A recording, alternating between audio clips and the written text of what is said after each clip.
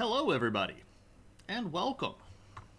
Hope that you are having a wonderful day, and I hope that life and the world are treating you in the ways that you deserve to be treated, and I hope that everything is going as well as possible. Welcome in, everybody. Matt, good to see you. Cave Geek is here. LC, welcome in. I do hope that everybody has had a pleasant day and has been in good spirits in these trying times. Right? How are you all? What's up, Silver? Welcome in. I am very tired. I fell asleep on the couch about 30 minutes ago and barely got up in time to to get stream prepped. To put this into perspective, Matt was already hanging out in the room while I was asleep. I've had a very long couple of weeks, and my energy levels are pretty low. But I'm not in a bad spirit. I'm just very tired. It's been very, very, very busy. But yeah, welcome in. So we are going to continue tonight with our ongoing series on the history of government and politics. And this is a series that I started, obviously, in the last few weeks because I have felt, moved by certain contemporary elements of the world to explain a little bit more about what politics is and where all of this stuff comes from and how we got to where we are because it didn't happen overnight. It's not as if one day the system that we have suddenly shifted. No, in fact, it is a long and very arduous journey to get from where we were as small-scale bands of hunter-gatherers wandering around in the wilderness to executive authority that can be passed out through billionaire cryptocurrency enthusiasts. So there's a little bit of stuff that happens between those ends of the spectrum. And I've enjoyed this series so far, and we've gotten some good reviews and some good interaction so far. So I expect this one will be fairly similar. As always, please do feel free to ask questions because it's what we're here for. This isn't a lecture. This is a discussion, and you are part of the discussion.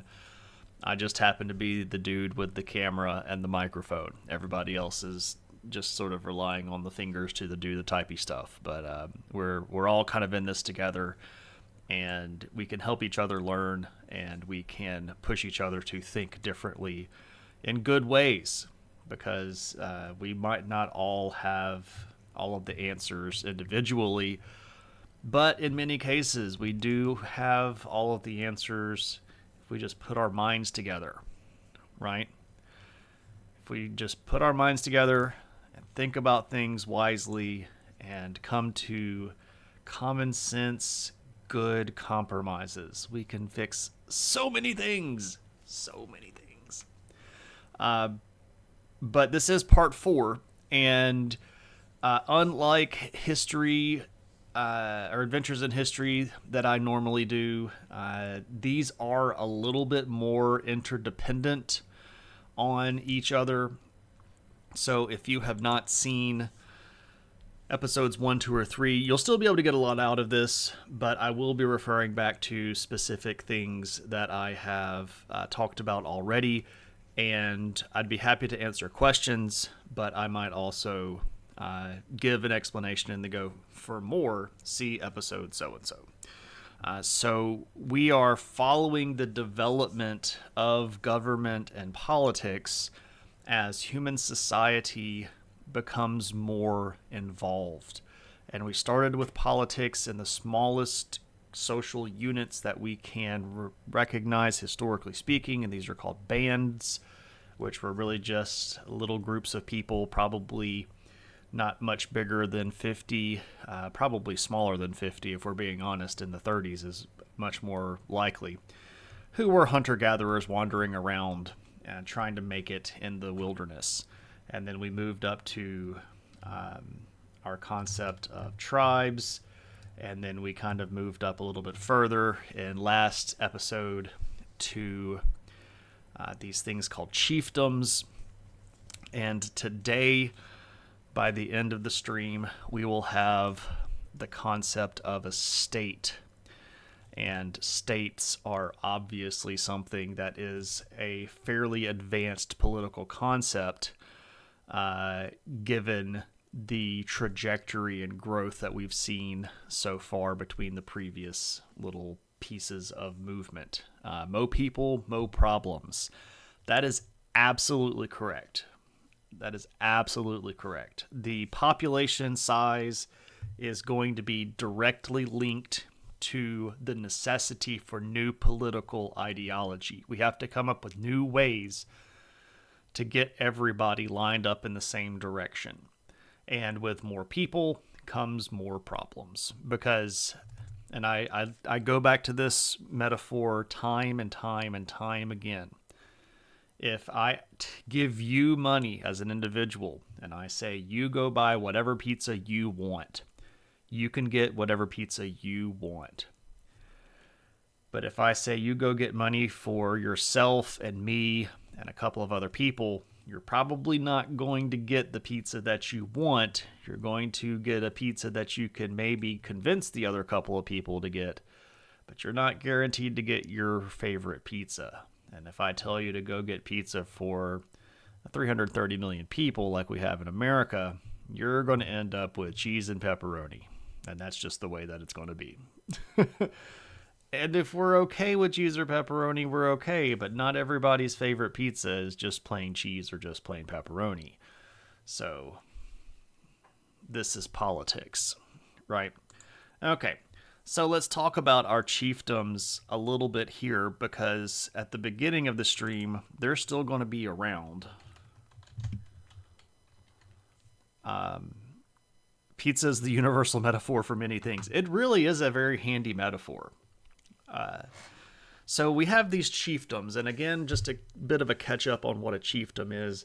A chiefdom is a fairly loosely structured political unit that is going to be based around the earliest attempt at centralized authority that we can get.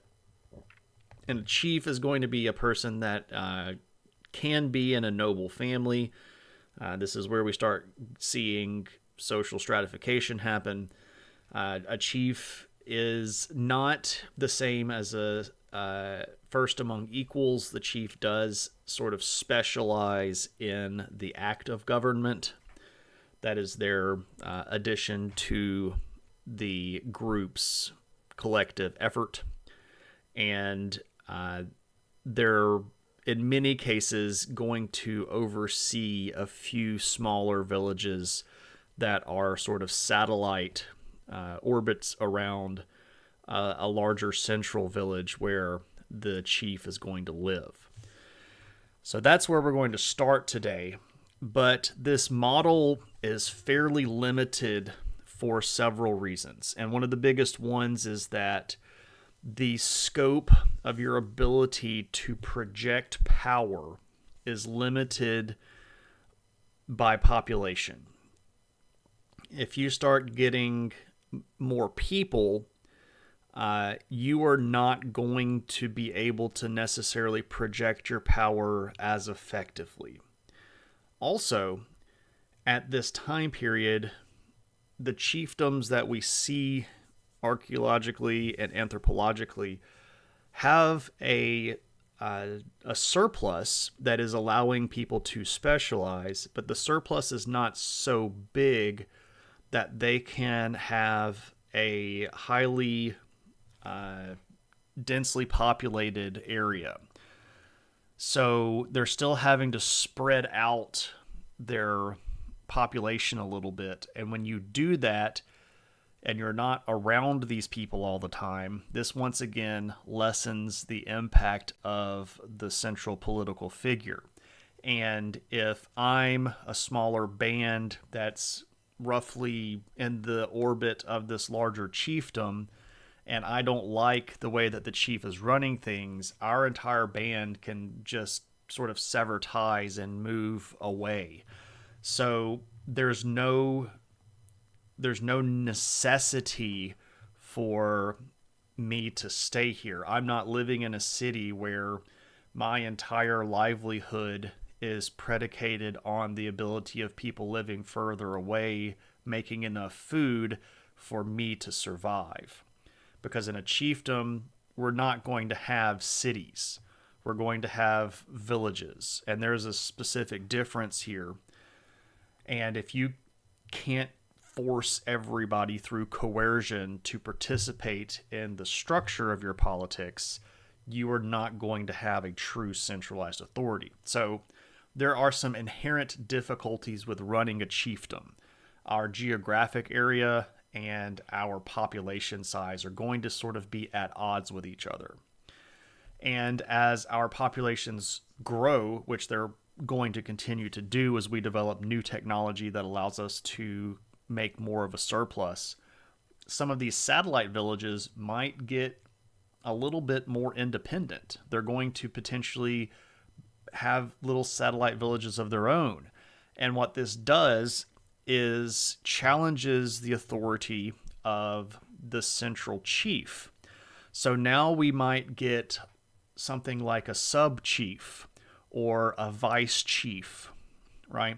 Where there's one chief that lives in the central village, but on the other side of the mountain, there is another village that's almost as big as the central village, and they have several other client villages.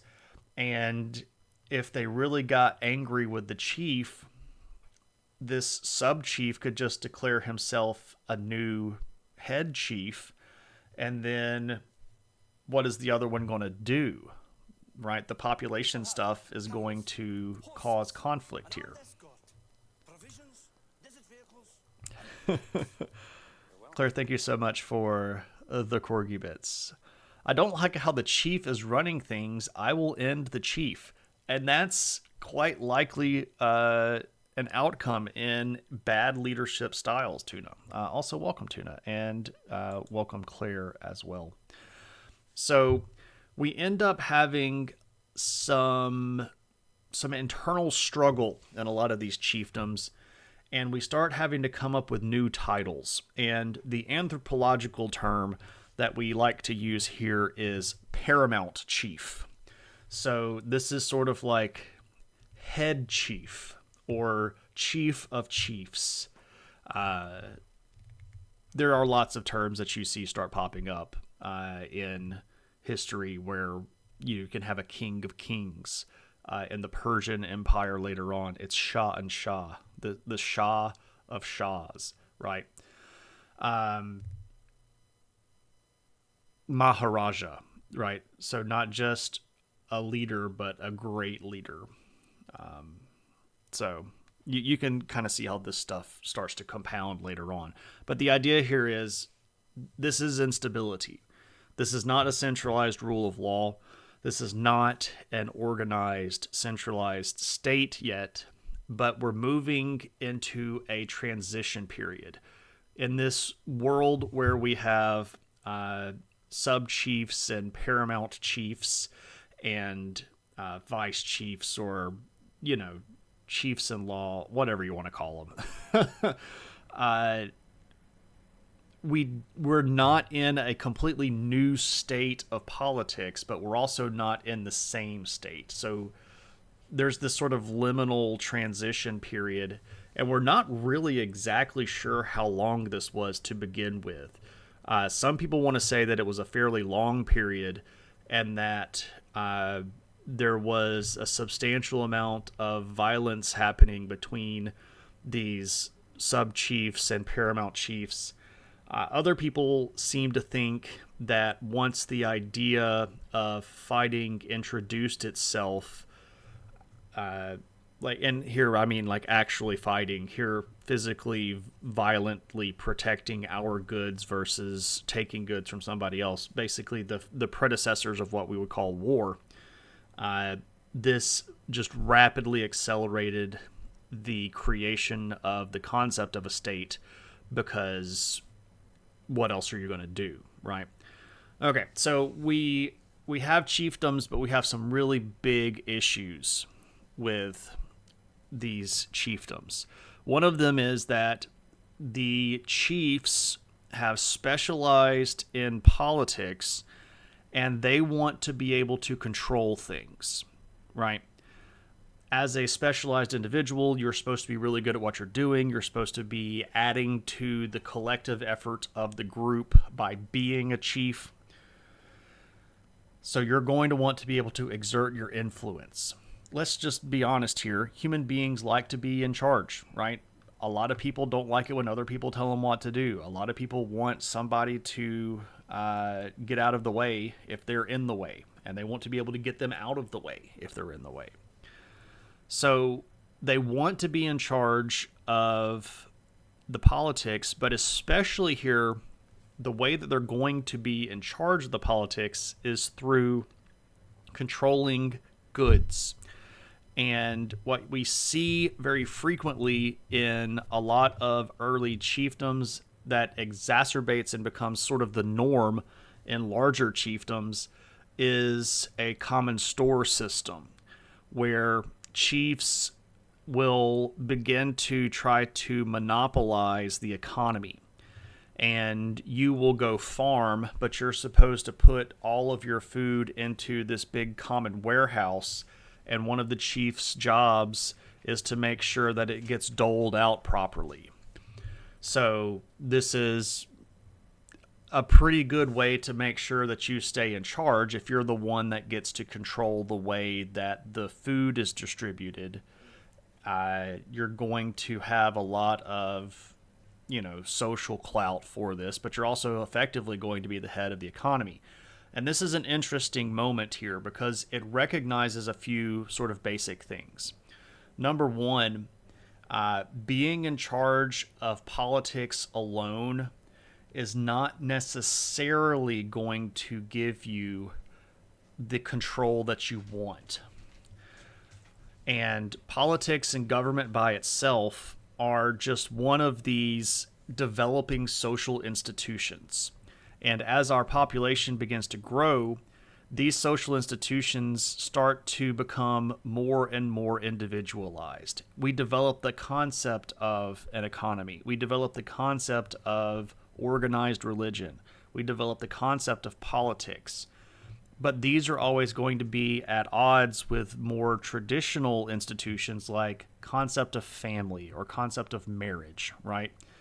So the political institution by itself is not always going to be able to exert this coercive ability to make people fall in line.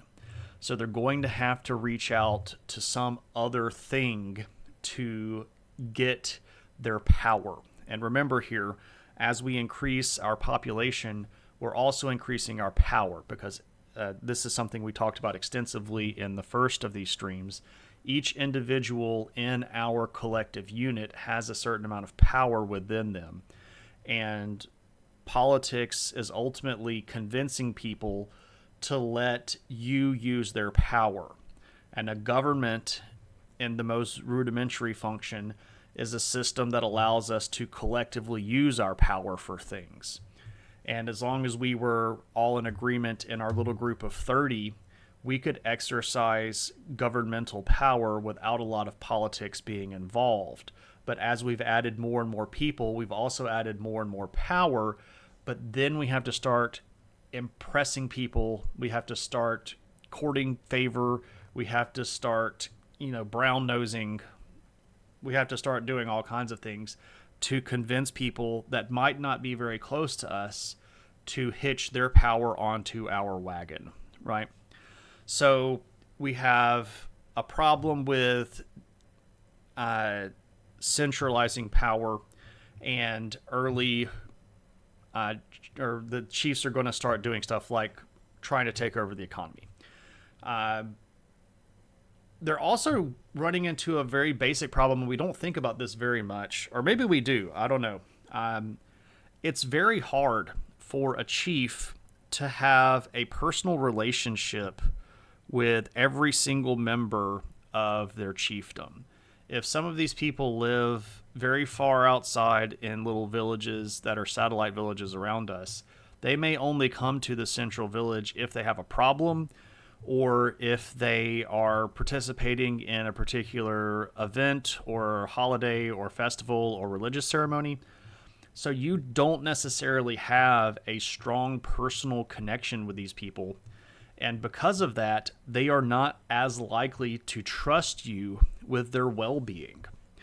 Because let's just be for real, and you can think about this yourself. Take a second and think, do you trust people more if you have a personal relationship with them, or if they are simply a political figure that is asking for your power to be attached to their platform, right? We all know the answer to this. We're going to trust people more if we know who they are.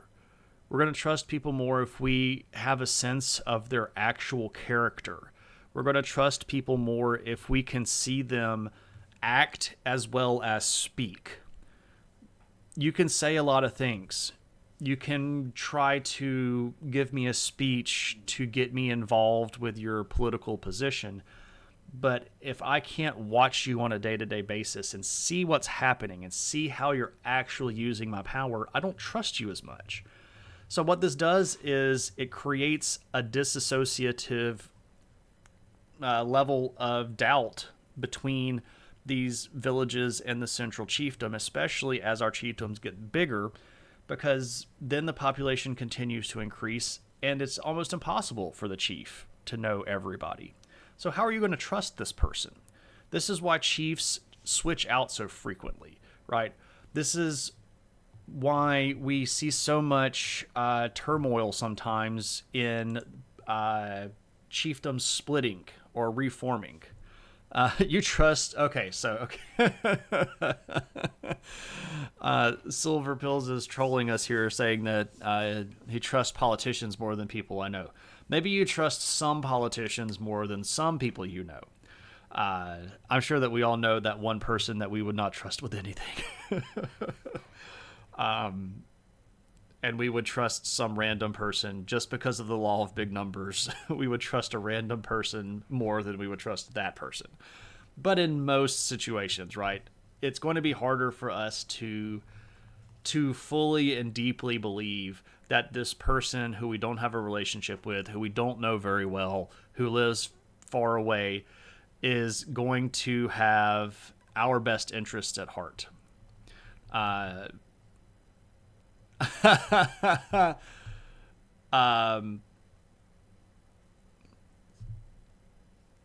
You wouldn't trust Shane. He thinks he knows everything. I definitely don't know everything. Oh, Claire, I'm sorry. When I do History of Middle-earth, I turn off all of the point redemptions. Give me just a second. I need to go turn these back on.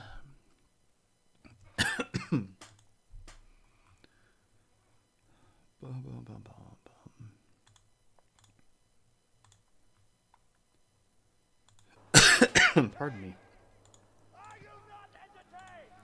Quill Tony is here. Goodness gracious.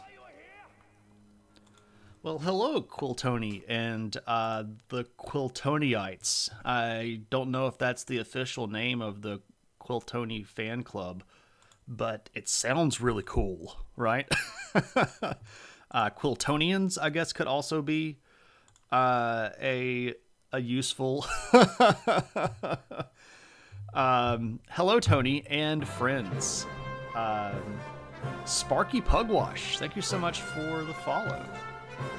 And welcome to the adventure. Quilties, that's a good one. That's a good one.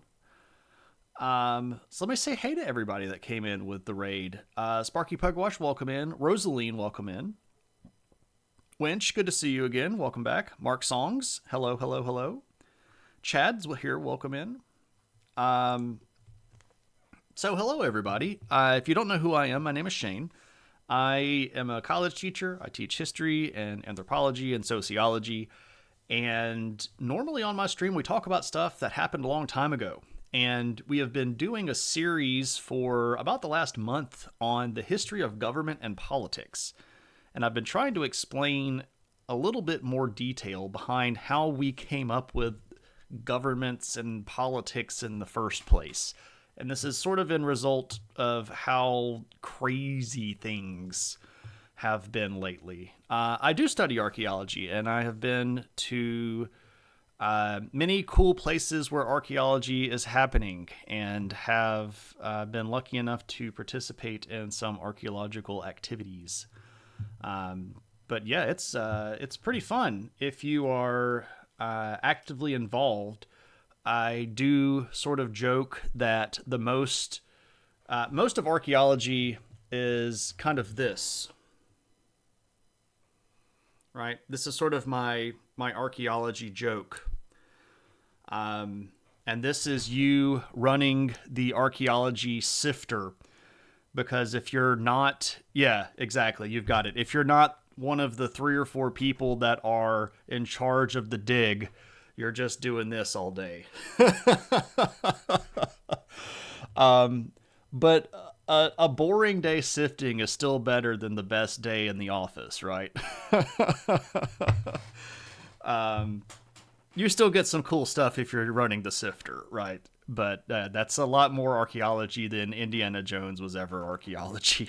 I got into this stuff because I wanted to solve ancient puzzles and recover lost artifacts and perhaps punch a Nazi if I were lucky enough. But most of archaeology is this. It does build up those muscles, right? So Claire, I turned everything back on, so you should be able to redeem points if you want to.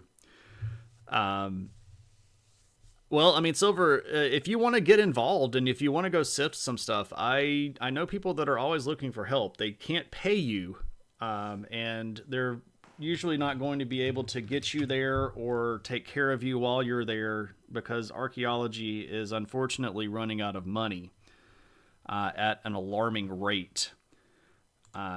But I don't know any people doing active digs in Europe right now. Most of the stuff that I know about is in Central America or in the Middle East. I could ask around if anybody needed some assistant work done in Europe if you're really interested. I don't mind doing that at all. Okay, so my my camera here has decided to go on the fritz, and Claire wants to see the puppy. Let me try to get it to work.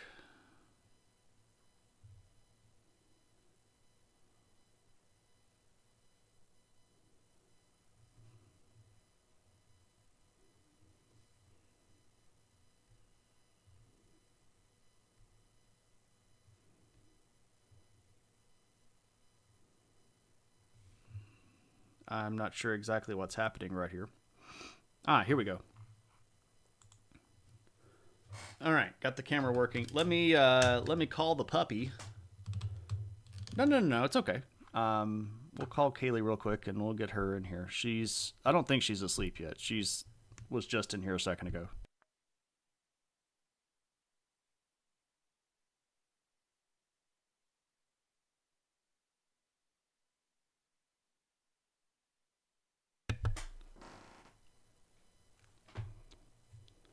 I heard her move. I suspect she's looking for a toy so that she can come in here. All right, let's switch over to puppy cam. There's the puppy. Hello, puppy. Where are you going? Oh, yes. So this is Kaylee, and she is the stream mascot. And I can't get her face because she keeps moving her little head around. There she is. There you go. She's an old lady. I think she's 10 now.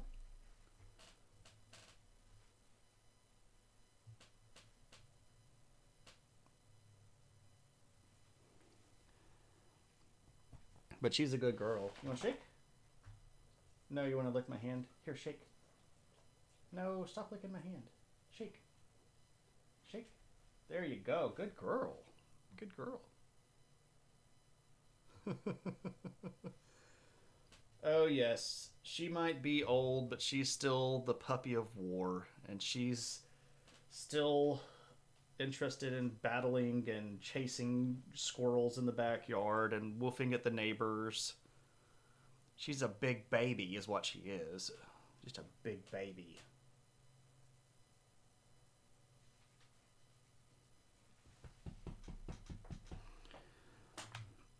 You gonna hang out? Or are you gonna go back up front?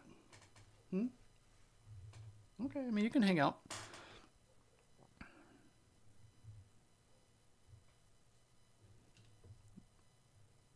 Try to get her better in frame. There we go.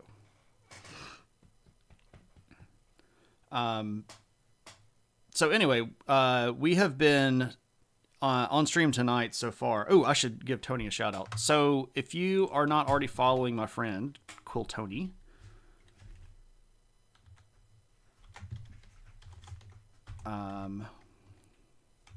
you should. Tony is a professional quilt. Okay, I guess we have been deemed unworthy. I guess I stopped scratching the puppy, and as soon as I stopped scratching her, she decided that it was time to bug out. But if you're not following my friend Tony, you totally should. Tony is an amazing individual that gives good hugs. This is an important factor about people. You can tell a lot about a person about how much they put in a hug. And Tony gives good hugs. But anyway, she's a professional quilter and does all kinds of patterns that are really interesting and amazing.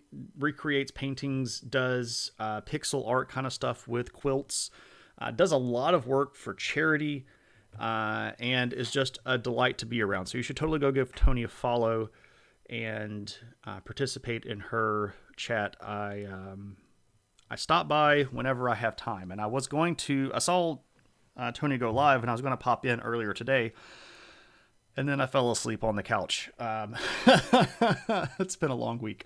But anyway, we're talking about the development of concepts like government and politics, and we are moving our way through things as we get more and more complex with our political ideology and our governmental concepts. So we are talking tonight about what happens when we move away from chiefdoms and to more complex versions of governments, specifically like states.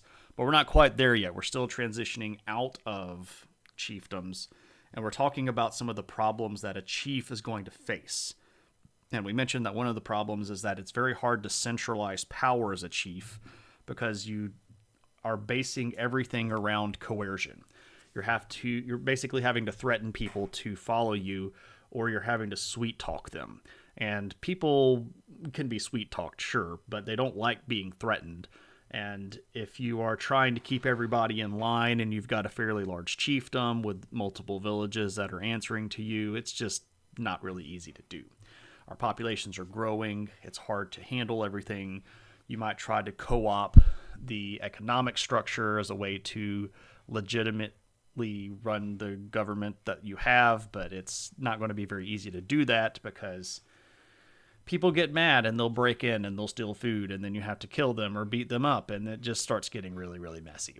And you just can't have a personal relationship with people after a certain period of time with population growth involved, because you can't know people well enough. We know more people today than our ancestors did by exponential factors. If you go back to your ancestors probably, I don't know, let's say 7 generations ago, you probably know 4 or 5 times more people than your ancestors did. If you went to a schoolhouse in your life and you sat in a classroom with 30 people your age, that's probably more social experience than your great great great grandparents had over the course of their whole lives, right? Like just being in school for 12 years and knowing that many people is way more than our ancestors used to. And we can't even keep up with that many people, right? It's just not doable. We don't have the time and we don't have the emotional capacity to build trustworthy relationships in numbers that big. It's just hard to do. And in the ancient world, we're still, one bad day away from dying. They don't have a lot of the luxury that we do. They don't have a lot of the free time that we do. So, obviously here we've got some issues. So, with these growing social institutions, when we have growing economic models and we have growing religious models and we have growing political models, what this does is muddies up the concept of what we call legitimacy. And this is such an important term for a government discussion. Legitimacy, right? This is what makes us legit, right? We know what this is. We know what legitimacy means. But for our decisions as a governmental official or a political individual to be legitimate, we have to be able to back that with something. We have to have some sort of credit. Social credit perhaps goes a little bit, but it's good to have stuff like economic credit. It's good to have perhaps physical power credit. Like I've got a whole bodyguard full of people with really cool weapons that are going to beat the crap out of you if you don't do what I say. This concept of legitimacy is always at the forefront of any discussion about politics and government once we get to the point where we can't trust people. If we don't have a relationship with them, we're not going to trust them. So we have to ask ourselves, how are they legitimately in charge? How are they justifying their position? How are we as a group accepting this? And if it's not a legitimate use of power, why are we going to keep that? Why are we going to let them stay in charge, right? We also don't want to swing too far to the opposite direction, as we learned that people become too legit to quit from MC Hammer. Well, see, the point here is that if you have a certain amount of legitimacy, people won't quit your government, right? So you want to be too legit to quit because you want that belief behind you that people go, oh, no, no, no.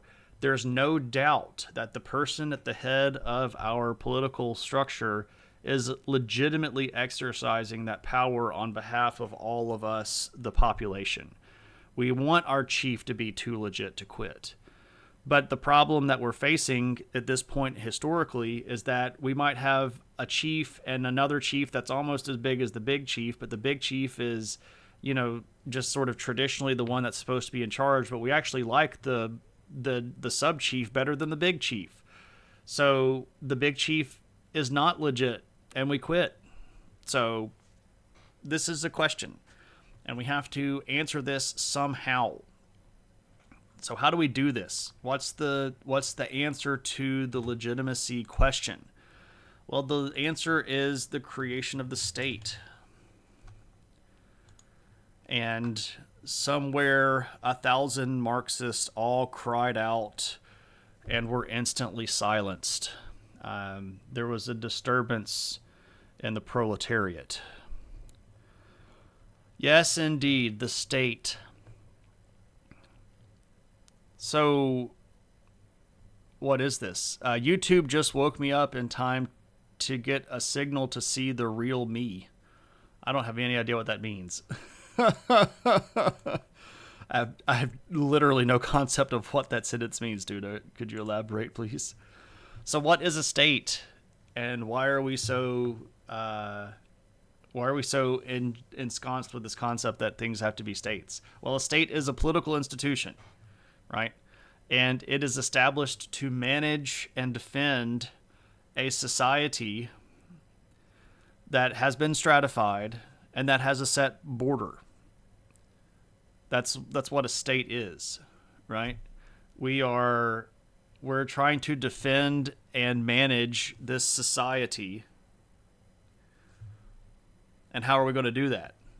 It's a solid, a liquid, or gas, or a plasma, right? Or a plasma. That's the fourth state. I appreciate the science puns. Keep the puns coming. The puns are good. We love puns here. This is not Tony's stream. Puns are welcome and appreciated. Tony does not appreciate puns, so I try to refrain from it. But if you have them, you can bring them, right? The recorded version of me shouted into the microphone. I shouted dough into the microphone, however you spell what Homer says. Oh, I see. Interesting. Have I noticed how delicious the state's boots are, though? Aloha, Frank, and I've never licked a state boot before, so I don't know how they taste.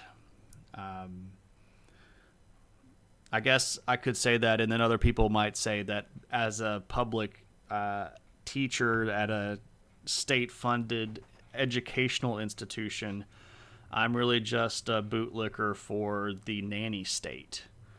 But I take my job pretty seriously, and I consider myself an equal opportunity free thinker, where I just want people to think for themselves.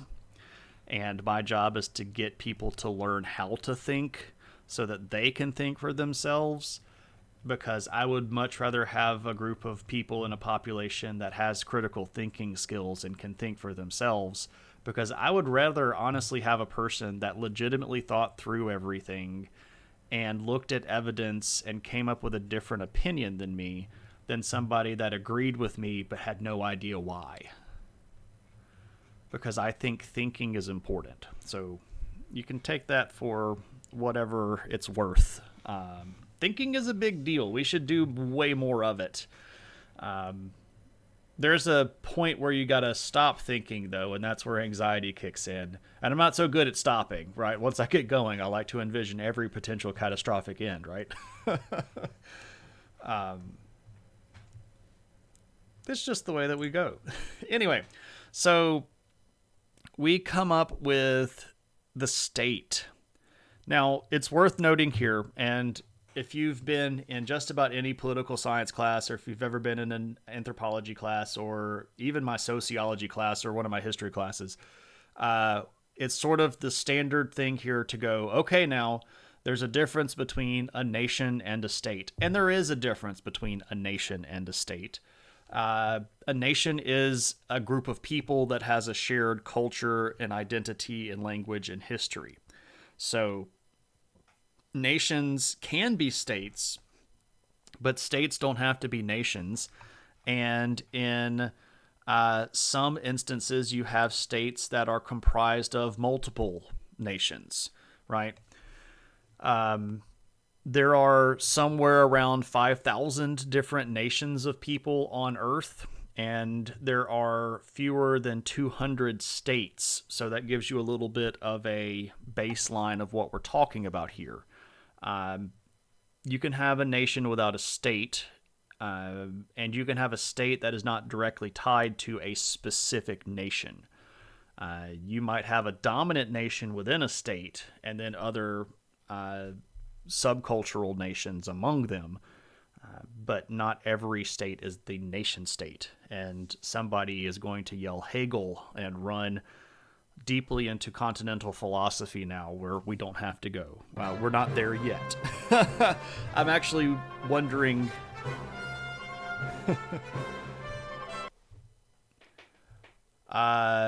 Bed Monster, I'm guessing. Bed Monster, thank you so much for the follow. Welcome to the adventure. Hope you're having a good one. The thing that I'm worrying about here is or wondering about, not worrying about, is how much political philosophy I want to bring into this stream, or how much I want to stay more in the sort of objective discussion about it. We're not close enough to any of that yet, but we'll get there eventually. All right, let me catch up with chat. Got a lot of stuff going on. No sycophants. I'm not really a fan of sycophants. The only fant that I like is the elephant. Or the Oilifant. I guess I like that one too. It seems like it would be complicated for a state to maintain legitimacy in a nation of critical thinkers. Frank, that's an interesting point where if we all were critical thinkers, how would we manage getting along with each other? And the easy answer there is a lot of the decisions that we would need to make are fairly common sense. A lot of the big problems that we face in Western society could be solved with fairly easy common sense answers. The problem is that people don't think logically and that people don't think rationally. And when they do think, the logic is flawed and based on the outcome of greed instead of the outcome of good. But now I'm starting to sound like a real Marxist, right? I'm not a Marxist, by the way. I'm also not a communist. Anxiety replaced the angel and devil on your shoulders. Oh, no. Respect my authority. Indeed. And political structure. Welcome, Maddie. Good to see you. Hope you're doing well. It's going pretty well. The stream is going very well. We got a nice raid from Tony. Got a couple of follows. We got to hang out with the puppy for a little bit. Got some bits from Claire. Things are going pretty great on stream. Pretty tired, but I'm making it. How are you? You love history. That's great. You were in the right spot. I teach history for a living, so you'll be right at home here. Kurds would be a nation split across several states. That is correct, Moose. So the Kurds are a nation of people. And it just so happens that they're kind of on the map right here. The Kurdish nation is split over this region right here. And if we draw our borders on the map, we're talking about this corner over here of Turkey that stretches basically all of this region. Northern Syria, northern Iraq, and then some of this territory over here in Iran and Armenia. Like, this is, if we were going to make a country called Kurdistan, it would be situated right about here. And they are an independent nation of people. They have their own culture and their own history and their own, in some places, dialects, their own customs and traditions and their own history, but they are not a nation state. They don't have a state that represents their national identity. There's been a lot of movement, even going all the way back into the late 1800s and early 1900s, towards a country that would be particularly called Kurdistan. It just hasn't happened, mostly because of foreign interest in the region, read oil and mineral rights from Europeans. And now, of course, the modern states that possess that territory are very anti-giving it up. So this causes, obviously, ethnic and national tension between groups like Turks and Kurds or Iraqis and Kurds, etc. So that's a great example, though, Moose. Only fonts. Uncommon sense. What's up, Junk Collector? Good to see you. A nation of overthinkers. Interesting. You think that people don't want to be uncomfortable. That's fairly true. People tend to move towards comfort as opposed to discomfort. Even greedy people should want some social programs. A healthy society makes things stable and wealthy. I agree. Timothy Olyphant is a good-looking man. He's a good-looking guy. Justified is a really great TV show, and I really appreciate his character that was on The Mandalorian. And he was really good in stuff like little goofy roles that he's been in, like The Girl Next Door, where he was a kind of a skeevy adult film director, but was good in the role. So unfortunately, the term common sense has become co-opted by the right to be, we think this way and we don't have an argument to support it. Maddie does not teach archaeology for a living. That's okay. I mean, but you're there, right? When you start talking about things that make people uncomfortable because they think about what they believe may be wrong, they don't want to accept it. This is correct. This is correct. Kurdistan, yeah, Sykes-Picot perk up, right? I see you, Maddie. Unfortunately, the dinner napkin did not contain that one. You're taking a class right now called The History of Satan. It's really interesting. Yeah, that sounds pretty interesting, especially considering that he's not really in the Jewish scripture at all. And he really sort of gets constructed socially as this oppositional force somewhere around the last couple of centuries BC, and then doesn't really get codified into this idea until probably like the first century BC. And it's also fair to point out that you don't really get a lot of mention of him in the New Testament either. So it's pretty interesting. Yeah, I'm down there. So I've studied religion a lot. My undergraduate research is history and religion. History and Paradise. Yeah, Dante and Paradise Lost. John Milton and Dante did a lot for Satan. A lot. The word Lucifer is never in the Bible, by the way, in either Old Testament or New Testament. So we can talk about all of that stuff. I perhaps not tonight. Perhaps I should stay on topic. I will tangent like mad. Chasing rabbits is kind of in my blood. I must be part hound dog or something like that. I don't know. I do love the good rabbit chase. It's not hard to get me off task. But anyway, states. States are different than nations. But the thing that we're looking at here, that we're going to use our state to accomplish, we want legitimacy, and we're going to get legitimacy through the use of this. Authority. Now, this is a nice word. Authority. Authority is the legitimate use of power. So this is what we're after when we create a state. We want to create a political and governmental apparatus that allows for the head of the government to be able to use power with authority. That's what the state is designed to do. It is designed to centralize politics and government into a position that allows for the authoritative use of power. That's really all it is. Because our population's too big now, and we're dealing with too much stuff now, and the surplus is getting harder to properly dole out without people fighting over stuff. So we've got to have some kind of system of rules, and we just kind of got to figure out what to do with it and how to do it. Wasn't the Soviet Union like that? Well, the Soviet Union was definitely a collectivist governmental organization. The USSR was designed as a structure that allowed Russia, as the head of the USSR, to collect natural resources from all of the other nations involved and then redistribute them as it saw fit.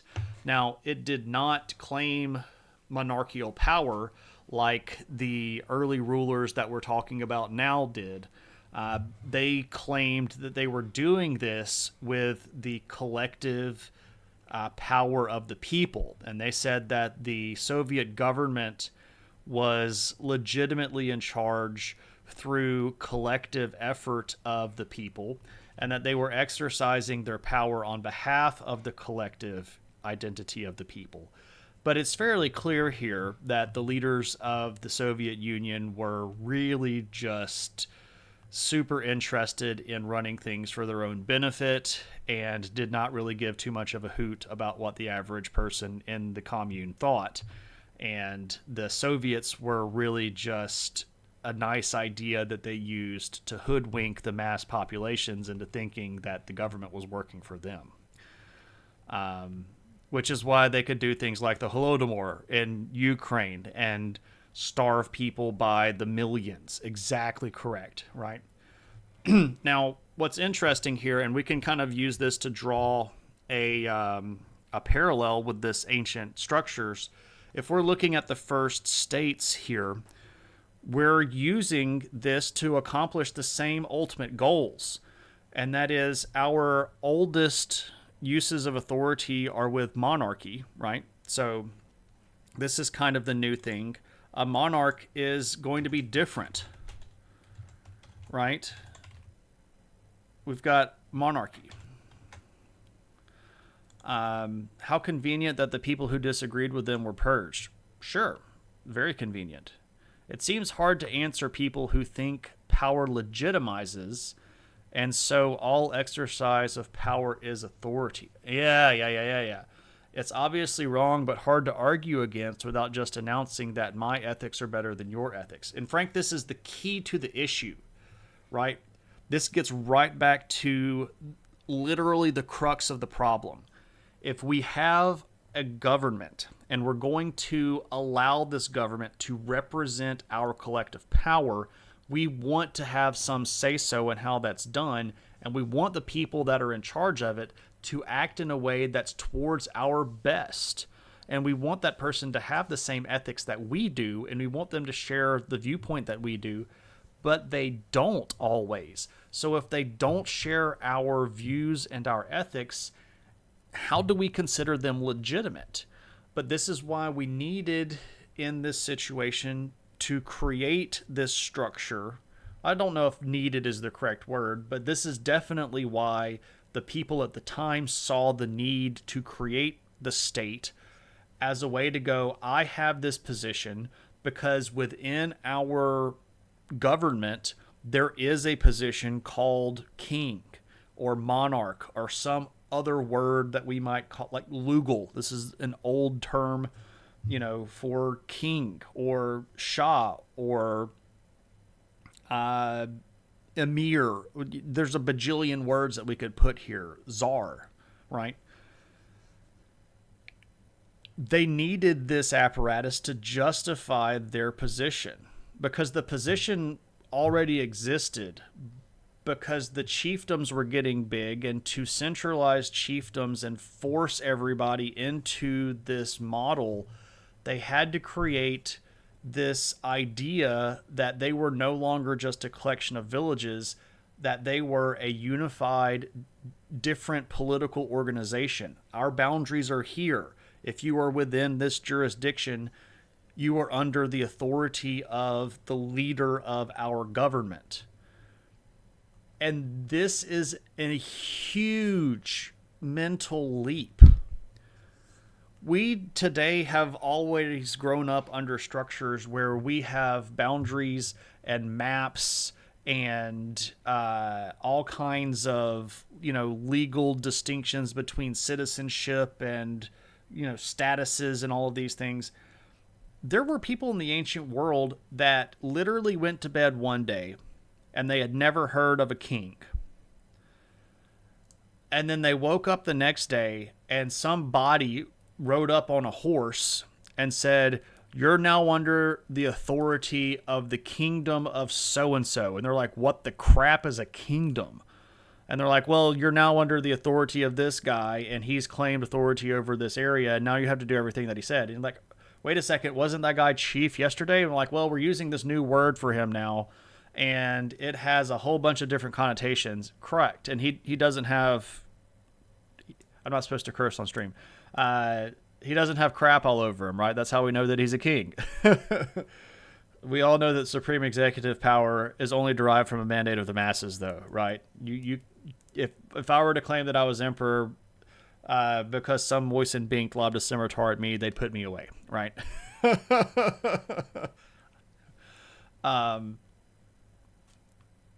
So let me catch up with chat. Monarchs are also biased. Do you think it's interesting to see how they thought? For sure.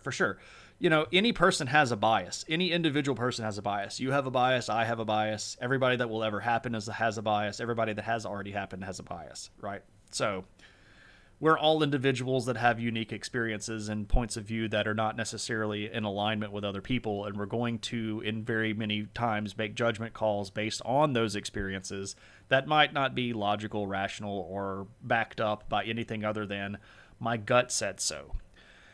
But that's not necessarily the best way to run a government, by gut feeling, but this is how a lot of these monarchs ran. And I mean, just to be honest, that's still how a lot of our government runs today. Pharaoh, yeah, there's another one, right? The monarch is the dignified, and the government is the efficient. See, we're now adding we're adding qualities to this thing, right? If we say that a state is this new thing, what are its qualities? Well, we're going to have to try to figure this out because it's brand new, right? Well, I didn't vote for him. I'm either missing a step or leading up to it. Maybe I'm leading up to it, Maddie. I'm not sure. Well, I didn't vote for him, right? Genghis Khan is a good example of a chieftain. So that's an interesting question. Is he a chieftain? Early in his reign, he was a Khan, and a Khan, it was just basically the Turco-Mongolic word. Well, I mean, the word Khan had been used by people for hundreds of years before Genghis was alive. It's a Turkic word. For a leader of a group of horsemen, right, and their collective families. So yeah, kind of like a chief, right? But then he ends up putting a lot of stuff together and forming an entire unified nation of Mongols, and then putting that together and conquering a whole bunch of other people and becoming the empire of many states and many, many nations. Somebody once told me that the kingdom now rules me. Yeah. Oh, so is this somebody once told me the kingdom now rules me? Okay. If that was the point, Maddie, there we go. So city-states are ruled by kings. And this is still what we're talking about here. This that's where we're at. Our city-states are going to be the first kingdoms are basically just big cities that have control over the regions around them. And a lot of men in the areas of his rule are related to Genghis Khan. Oh, sure, he had tons of kids, by choice and not by choice. But anyway, so we've got a monarchy now. The first kings still have a lot of problems, right? If we're looking at the very first kings, this person rules a city and maybe some outlying villages, right? They maybe used to be a chief, and they decided they're going to change the terms, and they're going to call themselves something new, and they're going to try to centralize authority. They're the head of the politics, right? But they're still not absolute rulers. If we go back to the oldest kings that we have on record in Sumeria, they were still not what we would call absolute rulers. They were not despots or totalitarians. They were just the head of the political arm of the state. And they controlled the political arm of the state. Now, they probably had a lot of economic power because they're going to personally have a substantial amount of wealth, and they're going to control land, which of course produces goods and food. So they're going to have economic power through their own holdings. But the oldest kingdoms don't have this idea that the king owns all of the land. That's actually a much later development. So the king can still control a lot of the economic power through his own personal wealth, and can still demand that people consolidate food and then dole the food out. But he's not an absolute ruler. And this is going to get back to the question. Well, he can be the head of the government, but we still have other institutions. And if he's only the head of the government, can he be legitimate in these other areas? If he's the head of the political arm of the government, is he over the economy? And this is a fair question that early kings have to answer. How much of the economy is the king over? In some cases, maybe a lot, right? But economic institutions are not inherently political institutions, they're economic institutions. Now, obviously, there's a lot of overlap between the two of these, but theoretically speaking, these are independent social institutions that have powers of their own. Does the king have to control every single economic transaction? Does the king get to tax every single economic transaction? If the king is going to exercise his governmental role to tax, with what authority does he collect these taxes? With what legitimacy does he collect these taxes? So the world of politics early on is still fairly unstable when it comes to their role in the economy. There's also this big question of, religion. How much does the king control of religion? We'll come back to that one in a little bit. But if you're an early king, you are not an absolute ruler.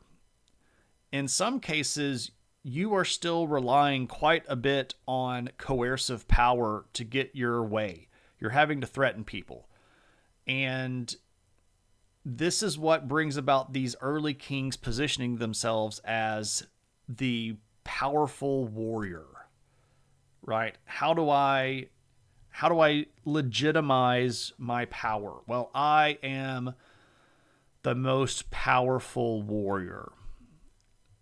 So what do? Well, we invent war, because to be a warrior, we're going to invent war. It turns out that you can take stuff from other people if you have a lot of population. And if you round up all of the guys and you go over to the next valley and you beat that little village over there up and you steal all their food and you bring it back home, hey, that's an additional surplus. And you can use this to legitimize yourself. Because you go beat up that village and you take all their stuff and you bring it back, you were already in charge, so now you have bonus surplus that you can dole out to the people that are in positions that are going to support you. So this is the beginning of political graft. And if you thought, oh, pork barrel spending, they invented that, in the Gilded Age of American politics. Oh no, my friends. Oh no. Giving out the bonuses of the spoils to your buddies to keep yourself in political power is literally as old as the state. The corruption and the favoritism and the nepotism is not new. It goes all the way back. And if you were thinking, oh man, in some historical golden age of history, we had states that were by the people and for the people, and they were actually good and did the good things the right way, and they really believed in their values and followed those. No, we're humans and we're goofed up, and we have been goofing it up since the beginning. But this is how you stay in power if you're a king. You're not an absolute totalitarian dictator. You don't have the power of all of the apparatus of the institutions within your population. You just have politics. But military and politics are going to go directly hand in hand together from the very beginning. And in most cases, even in today's world, military and politics are still the same thing. In America, we elect a president who is the commander-in-chief of the military. He's the highest-ranking military figure in our government. Kings were the head of the military in the feudal structures. You had to swear loyalty to the king, right? This union of military power and political power starts immediately. And that's something that they can use to legitimize themselves. We go beat people up. We go take other people's stuff. We keep the loot flowing. We keep our friends' bellies full. But here's the kicker with this. This is not foolproof. It is not guaranteed to work. If there is a drought, nobody has anything. And if your buddies are expecting handouts and there's nothing to hand out, are they your buddies anymore? Also, there's a threat that if you go poke the bear too many times and you go beat up too many villages, the other kingdom that's a couple of weeks' march away from you is going to show up with their army. They might be twice the size of you, and they might destroy your whole city. Who's going to be king then? The answer is nobody. You're going to be dead. There are real limits during this time with your ability to project power, because you're still having to marshal forces to move your armies around if you need. But there's only so much time during the year that you can do this, right? You can't march an army through planting season, because when you get back home, there's not going to be anything to eat. You can't march your army through harvest season, because if you don't harvest all the food, there's not going to be anything to eat. Did the kings always speak or understand the language of their people? Yes. So this is an interesting point to distinguish here. A king is always going to be of the same general culture as you. If I'm starting to take over people that are not my same culture, we might start having to use the term emperor as opposed to king. If I take my army into... Cleopatra spoke Egyptian. Well, if we're talking about the Cleopatra that you're talking about, oh yeah, she spoke Egyptian. She was actually trying to Egyptianize the leadership as a way to sort of calm down problems between the Ptolemaic dynasty and the people that they ruled. But the Ptolemies were also emperors. They weren't just kings, because the Ptolemies controlled large chunks of territories that were not just in Egypt. They controlled northern Africa, islands in the Mediterranean, parts of the Levant, at various times parts of the Anatolian Peninsula in Turkey. So they were the Ptolemaic Empire, not the Ptolemaic Kingdom. So clearly you just become a vassal state, right? You just swear loyalty to somebody bigger than you so that they don't kill you. And that's a legitimate option as well. Legitimacy sometimes coming from raiding a neighbor and bringing back wealth to your people seems like a very key takeaway. So this is the basis of early politics, Frank. And I'm not trying to say this like, well, no duh. But this is really how a lot of these early kings did it, because this is how they felt like they could retain political and governmental control. Because again, they were just in charge of the government. The political institution was under their control, but not the other institutions of society. Legitimacy beyond power justifying itself. Yeah, sure. So like we need the social power behind us, because we don't control all of society. So we gain legitimacy by showing that we are capable. And we show that we're capable by beating other people up and stealing their stuff. And we show that we're capable by making sure that we have surplus. We show that we're capable by bringing in loot and having big parades where we march the captured soldiers through the streets, and we get to have some public executions. Never underestimate the value of public executions when it comes to legitimizing yourself as a political figure. There's not very much more clear of a way to say, look how much power I have, than to kill a bunch of people in public in front of everybody. This legitimizes your power a lot, because people start thinking, oh crap, I don't want them to kill me. So how do I make sure they don't kill me? And then you do what they tell you to do. And the more you do what they tell you to do, the more you justify it to yourself, because they killed all those other... Did you see how many people they killed? Dude, they marched in an army of like 100 dudes from that other village across the mountains, and they just slaughtered all of them in public. That's crazy. Virtually every politician yells that they're going to be harder on crime. It's the same mechanism, Frank. It's the exact same mechanism. And again, one of the reasons why I'm talking about this stuff is to try to get people to understand that our modern political system is not really new. We've just put different clothes on it. It's the same bones. It's the same concepts. Or you just get your butts beat and go home and tell everybody you won, like the Egyptians did, right? Like Ramses, you just make yourself really big on the wall of the temple and say that you single-handedly fought off the enemy armies with your bow skills and that all of your generals were just wusses and wouldn't go through the pass after you. But it was okay because you saved the day even though you lost. But you put it on the side of a temple, and who's going to deny that? It's on the side of a temple, right? Twist up into foul feedback loops. It does, because then to prove, okay, so if I kill a whole bunch of people and then people don't, people believe me for a little while, but then they stop believing me, how many more people do I have to kill next time?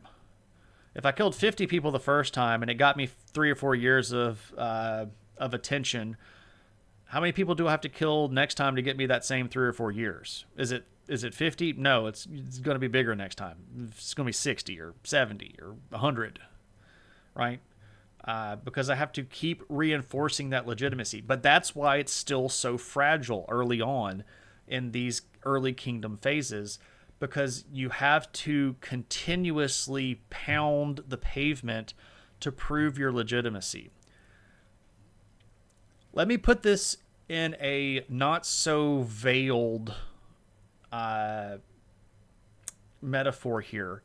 Imagine if you were, let's say, a person that wanted to be a dictator and you lived in a democracy and people had defied you after your first period of rule. When you got back into rule, wouldn't you want to just grind them down on a daily basis and just punish them and punish them and punish them to make them think that you were so legitimate that the only way that they would ever be able to survive is to just roll over and take it? Doesn't that sound familiar? Any comparisons to what's happening in the modern world? Beat up on the bad guys enough and prove that you're legitimate. If they denied you once, you don't let them deny you again. You've got to prove your legitimacy. You do that through exercises of power. You declare that you have the authority to do whatever you want, then you try to go do it. No one wants to be killed. This is usually true. I thought you were about to go into a Rage Machine song. Referring to when I said something and then you do what they told you. Yeah. Looking at how Putin has legitimized his power through strings of accidental falling out of windows. That's true. Tuna, I know you know the word, but it would have been cooler there if you would have said accidental defenestrations. Because that sounds more like a clinical term. Topperty rights. I see what you did there. Let's just say the name that we're all thinking. Bernie Sanders. You know Bernie. Yep.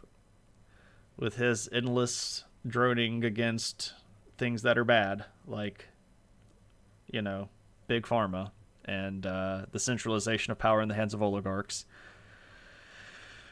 Can't have any of that, right? Don't forget the apartment bombing. Yeah. Also, hey, Akal, good to see you. The French may have taught us of how to deal with excessive demonstrations of power. We vote them into being an emperor. Is that what the reference we're talking about? Because that's what Napoleon did, and he convinced everybody to vote him into being emperor. I hope that's not where we're headed. So, Bernie Sanders is the elderly man with the mittens. Yes. Sparky, he is a longtime politician from the state of Vermont here in the United States, and he has been consistently one of the loudest and most consistent voices against the organization of power in the hands of billionaires, being for a national healthcare system, being against monopolistic powers of a few really big corporations.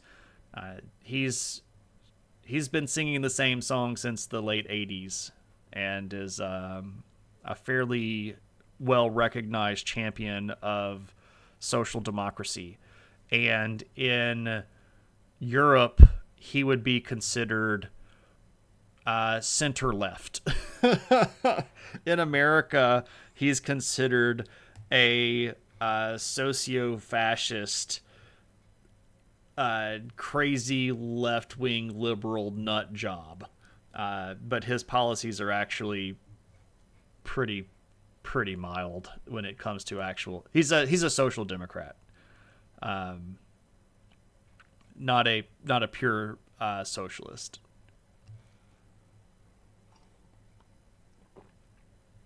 All right, so okay, so if we're still unstable, we have military power, which is at the same time here synonymous with political power.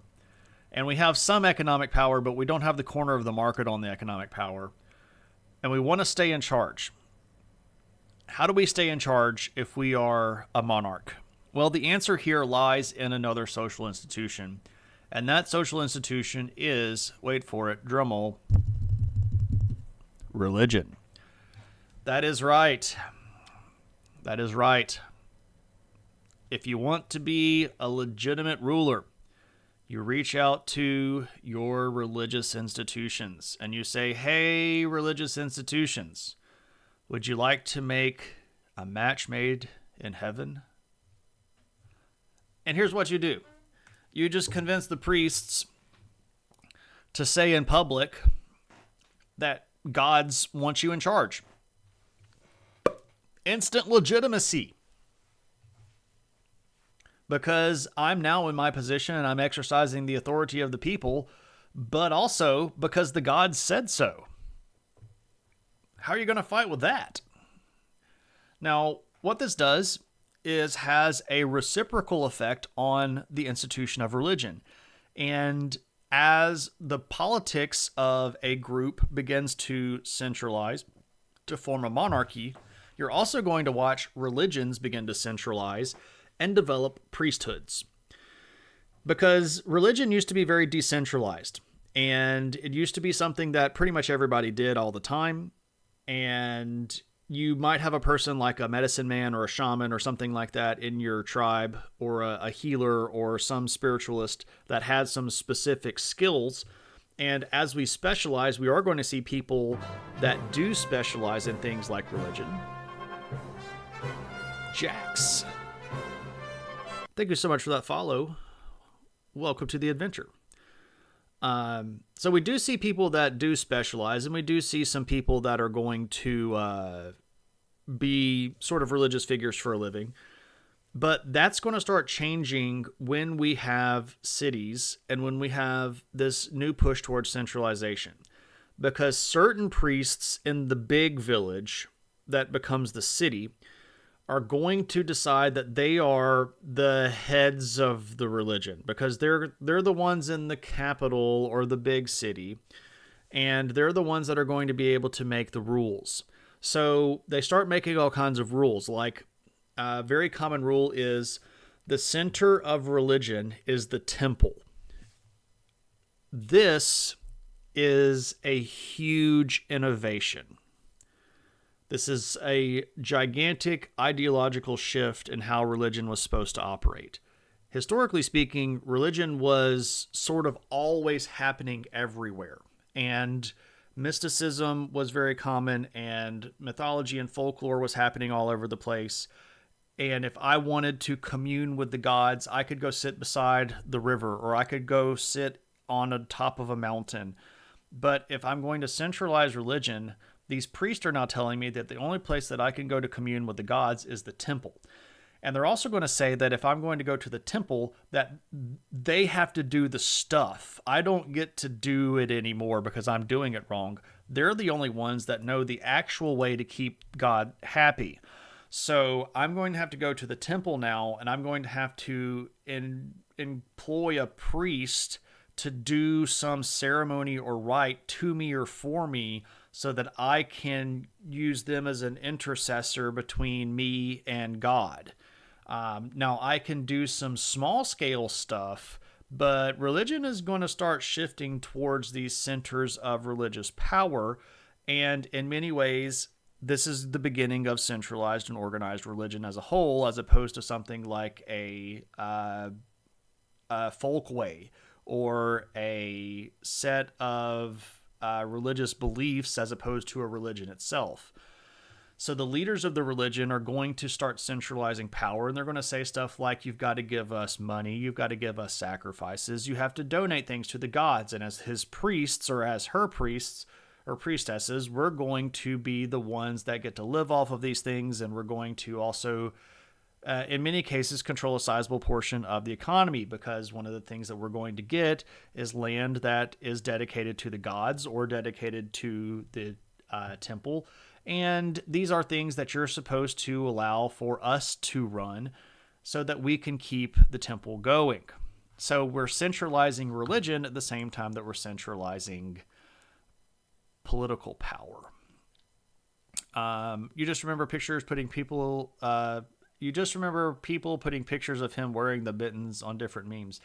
Sparky, I had one of those. I build model kits on the weekends sometimes, and on my layout, my Twitch layout during my model building kit, I had a little Bernie that sat basically on this line right below my camera.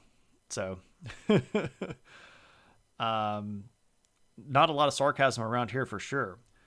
The divine right of dweebs. What's up, Lopta? Good to see you. Who needs priests when you can just declare yourself a religious leader? Ah, yes. So then we syncretize things. We'll get there, though. Jack says, you found a secret script from ancient Mars. Interesting.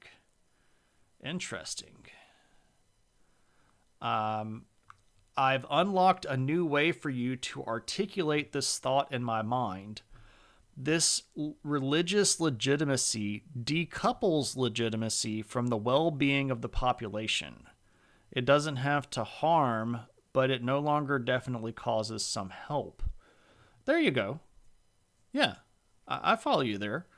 I don't have to necessarily look out for the people. I just have to look out for the continuation of the institution. Because the institution is made up of people, but the institution is not individuals. If that makes any sense. There's now a collective concept of the religion as it exists outside of people, and we are now fitting into the institution of religion instead of the institution and the ideas of religion fitting into our individual scenarios. So it has moved from an individualistic approach in many cases to a centralized approach, if you follow me there. The population thrown down the well. Yeah, pretty much, right? So we've got centralized religion now, and we've got centralized politics now, and they just decide to team up. And so we get the divine right, and we get all sorts of legal justifications and political justifications for rule because of the religion, right? If I say I am king, and you say, no, you're not, we are already predisposed to go to the priests for solving problems anyway, because most religions are going to say that they are the arbiters of truth. And if the king is in the dispute, well, who's bigger than the king? And the answer is our God. So we're going to go to the priest and say, is this person king? And the priest is going to say, well, heck yeah, they're king. And I go, under what legitimate way? How does this person have authority? And the priest is going to say, because God said so, that's why. And I'm going to go, well, who gives you the right to interpret what God says? And the king is going to go, are you talking to the priest like that? That's the head of our religion. And we've just created a symbiotic relationship that is almost never broken. All the way up through modern day, religion and politics have played off of each other, left and right, up and down, backwards and forwards. Now, sometimes religion gets the better of politics, and sometimes politics gets the better of religion. but they are never very far apart. And I think it's pretty evident that historically speaking, we can find many instances of religion and politics being very close with each other. Oh no, creeping thoughts of current events. Yeah, pretty much. Pretty much. But I can give you other examples, right? In the future, later on, not right now, and not in this stream, we're actually let me say this. I'll say one more thing about the particular arrangement here in our concept of state. We're going to make politics the defining concept of who we are as a people group, right? And then we're going to legitimize that through political threats backed by military power. We're going to exert influence over the economy, and we're going to legitimize our power in many cases through religion. But when we do all of this, we create a new question, and that is, who's really in charge? Is the religion in charge, or is the politics in charge? And this is an oscillating arrangement that through time doesn't always line up in the same way. Later on in future streams, we'll discuss what happens when people decide to fuse these things. And a lot of that's fair as well, because the economy is not directly under the control of either of these groups. Again, the economy is technically a independent institution. Now, we all know that the government is going to have a big role in the economic institution, and we all know that in many cases the religion is going to have a big role in the economic institution. And in some cases the economy gets bigger than both of those. And we can see this happen in multiple situations as well, when we see people rise up against governments and religion, and middle class people that have lots of money end up kicking kings and priests out of power and establishing governments of their own. This happens too. But it's not usually going to be the case very much in the ancient world, because the team up of religion and politics is going to be very hard to beat in the ancient world. But this is also why it's going to be so important when we talk later on about the Enlightenment and the concept of the separation of church and state, that we really understand exactly why that's such a big deal. Because if we are going to have actual separate institutions, we have to figure out ways to keep them separate. And it doesn't always work. It's just pretty obvious that people don't always recognize this whole division as a thing, right? In the future, maybe the robots are in charge, right? We can have a technogarchy, and the robots could just make all of our decisions for us and make sure that all of the decisions are the most statistically rational ones, which is a horrible way to make decisions, because then you murder people for statistical reasons. The optimal population is X, and we are at X plus 5 million. So we need to go kill 5 million people, and we're going to do this statistically arbitrarily, so you might die tomorrow because the robots are going to come kill you. That's the statistically best way to do it, so there we go. Reckon we could do with a bit of enlightenment? I agree. Sadly, the robots are programmed by silly people. That's a bit too simplified, though. Is it? Statistics doesn't say that. I mean, there is no ideal population. If I'm a robot and I'm looking at food production and I'm looking at population, and population exceeds food production, yeah, there is an ideal population. Because if the ability to raise food production is 0 and the population continues to grow, the statistics say you should eliminate people. And if I'm being a dispassionate robot that's acting just purely under the tyranny of numbers, there's no reason to assume the robot has a simpler understanding of the world than a human. Well, then why are we even letting the robots take over? Because if they're going to have the same foibles as humans, we should just keep running things ourselves, right?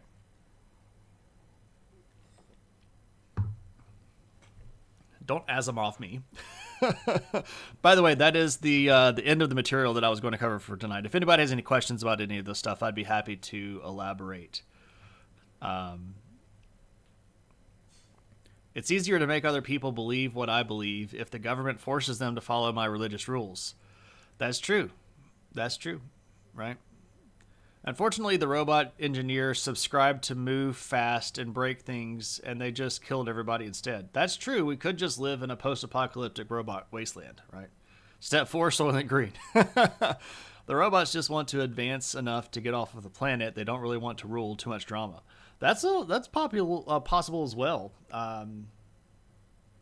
Maybe they just want to bugger off to some asteroid belt where it's a mineral-rich asteroid belt, and they can mine metals to self-replicate and just live in peaceful colonies in some of the big asteroids in the asteroid belt.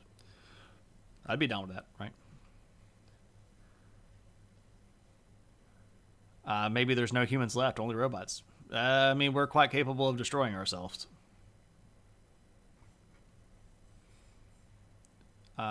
They would be less likely than a human to decide, oh, we need 1 billion fewer people. I don't know if that's the case, Frank. I don't know. Lots of economic problems are solved if the population is 0. That's true. That's true. If everything is 0, then inequality is also 0. Robots would invade the Netherlands because that's where ASML are. I thought you were about to say robots would invade Greenland because obviously that's strategically important.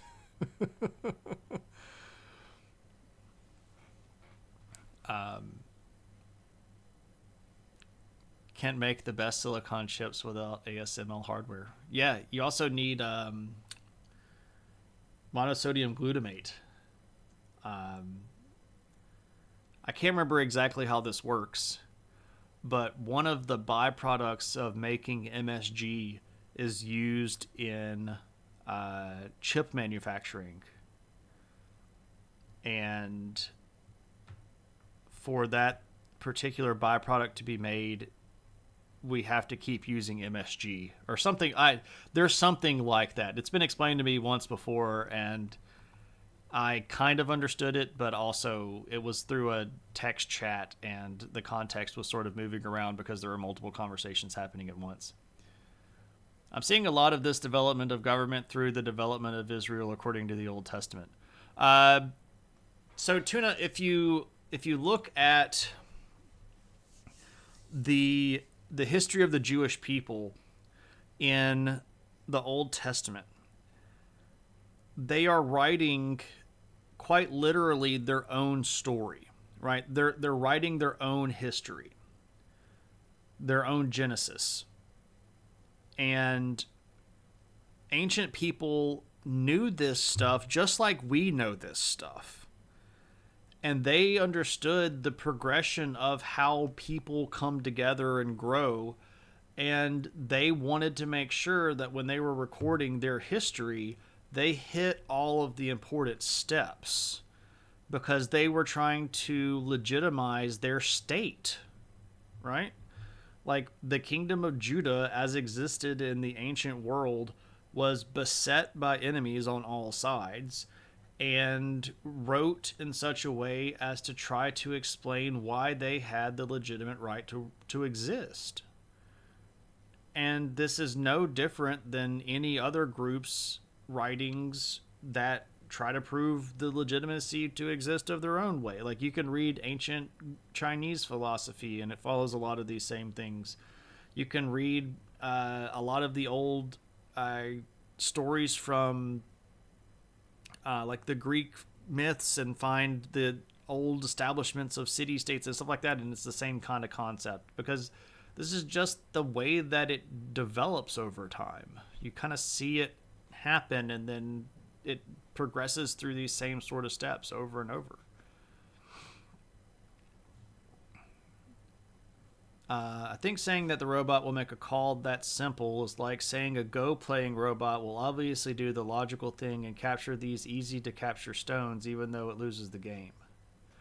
Okay, I get what you're saying. So they're thinking long term. I still think though that given even a long term view, they're still way more likely to kill people than a human population would. If I'm looking at so let me modify the scenario here, Frank, and we'll take the Go metaphor. Um, if we're playing Go, which is a game, the game Go, it's a board game, and I know that I can sacrifice this piece to get better position in the future, I'm going to sacrifice that piece, right? If I'm a chess playing robot and I know that I can sacrifice the queen if I'm going to checkmate the king in 3 moves, I'm going to sacrifice the queen. I'm just going to do it because it's the right move logically to make. So even in the same metaphor that you're proposing, if I'm the robot running the population, and that if sacrificing 1 billion people is going to solve political or population problems for the rest of time, I'm going to kill that 1 billion people if I'm a statistically thinking robot, and I'm going to take that loss for the better of the future. That doesn't mean I'm not going to indiscriminately kill the 1 billion people. I'm still going to kill the 1 billion people, right? Whereas a human might go, I think we should probably try to find something else, right? But like, so Frank, we've lived on the Earth for the majority of human existence without 1 billion people, right? Uh, we have exponentially grown from not 1 billion to almost 8 billion in the span of less than 200 years, right? Humans haven't been around that long. We haven't been around 300,000 years. Yeah, we have. I mean, like, not in the grand scheme of the universe kind of been around that long, right? We're not talking about the 14 billion years old that the universe is. The span of human existence and the cosmos scale is a scratch on the timeline, right? But in our understanding, we've been around for a long time. It took us about 300,000 years to get to 1 billion, and then in the last 200, we've gone from 1 billion to almost 8 billion. So we could totally survive as a species.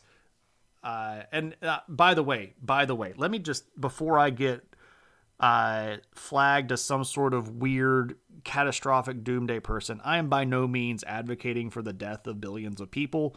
This is a hypothetical debate about future robots trying to run the world and being dispassionate with murder, right? Hypothetical situation, not what I want. I don't like murder. I am very clearly anti-murder. If you are pro-murder, we have problems, right? So I just have to say this just so that we're all clear.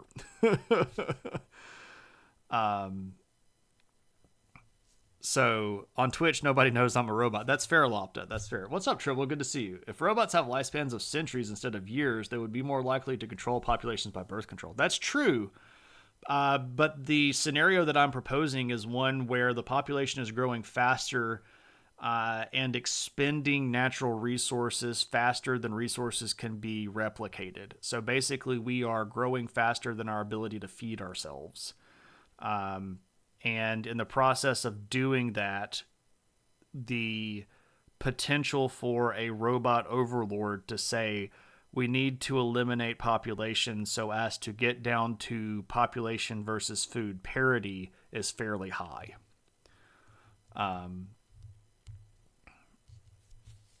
What's up, Hellblazer? Welcome in. One death is a tragedy. A million is a statistic. Yeah. That's a good quote. Shayna's on the side of murderous AI overlords. No, I'm not. I wish we would stop messing around with AI. I think we're playing with the next nuclear weapon, and we don't really know what we're doing. We are the definition of the child playing with a loaded gun.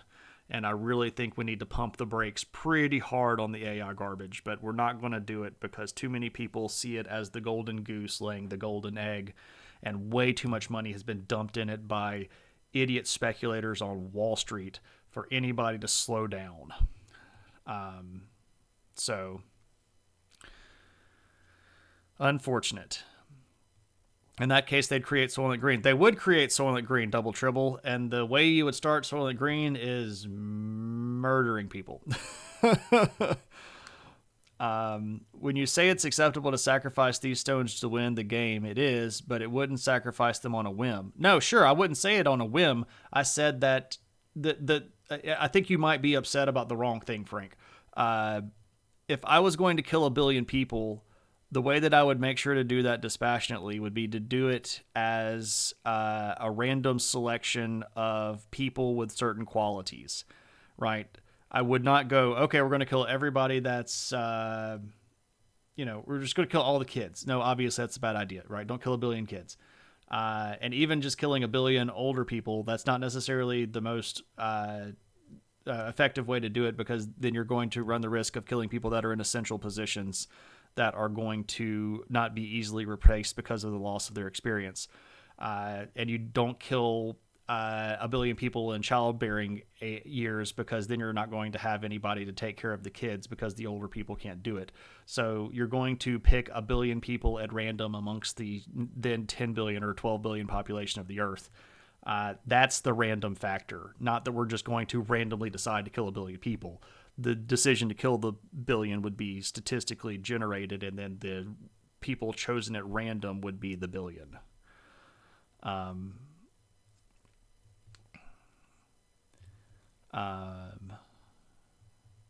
Shane's going to start making 387.44 million years of printed circuit tulip hand grenades. Every human consciousness is a unique universe unto itself and a vast multiverse of humanity. We should always be sad when one disappears. I agree. We should not like death. There's no reason to believe that AI will significantly differ the thought processes that people seeing as how it's made by people for the purpose of doing cognition. Yeah, but it's making people dumber. And that is problematic.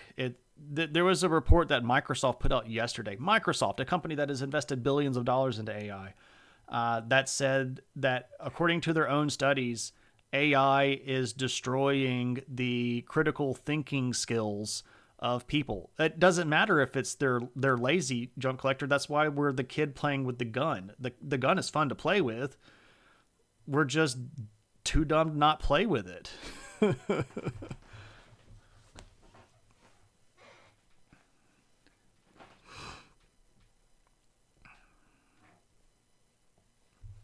Oh, so you're saying that it's not wrong because it's statistical. I'm saying it's wrong because it's unethical. Because to me, ethics is not based on just pure math. I don't think math is the base of ethics. I think morality is the base of ethics. AI is the curtain hiding the old man behind the great and powerful Oz. Maybe so. There are definitely people behind AI that are getting rich and powerful off of it.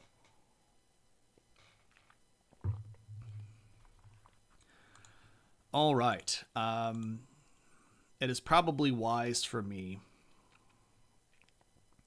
Well, I don't think that there's ever a real life situation where we're going to have super autonomous robot overlords either. It's a fun thought process. And Frank, I love you, brother. Right? I as a person that's an intellectual to a person that's probably smarter than him, I'm telling you, I love you. And I like the back and the forth. So don't ever think that I'm mad at you. I just get passionate about my beliefs. So that's the thought process here.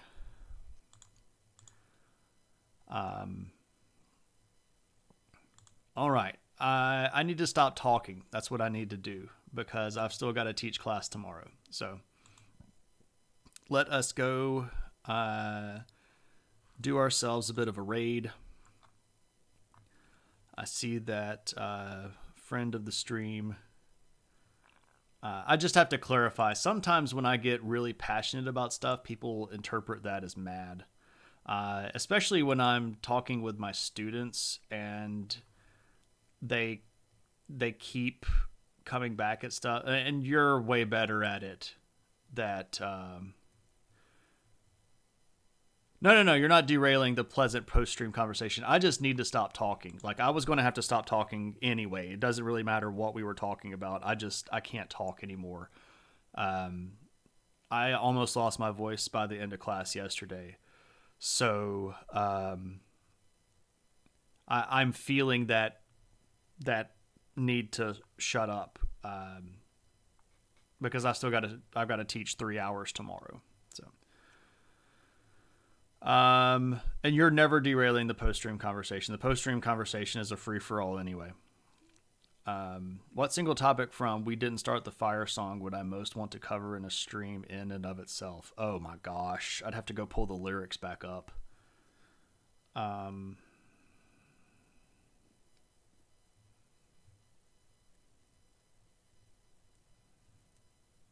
don't know. It mentions Palestine in there, and we've had a 3 owls. Yeah, there are 3 owls, and I must teach 3 owls tomorrow. Hours.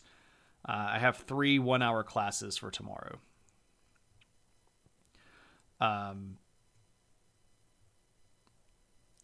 Probably the Palestine thing. We've done 3 or 4 streams on the history of modern Israel as a state.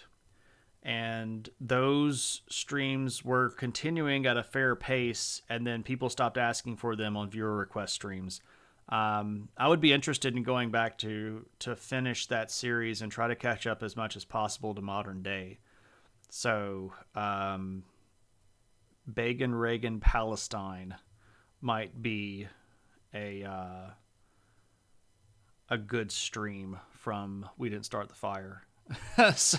Okay, so we'll end on poppies, and then we how about this? We will raid out from poppies.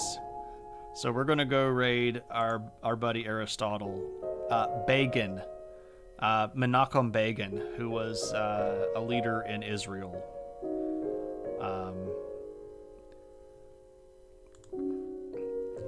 All right, so here's poppies. We'll end on this. Okay, everybody. It's been a good stream. We've had some good chat. We've had a good time. We had a nice raid from our friend Quill Tony.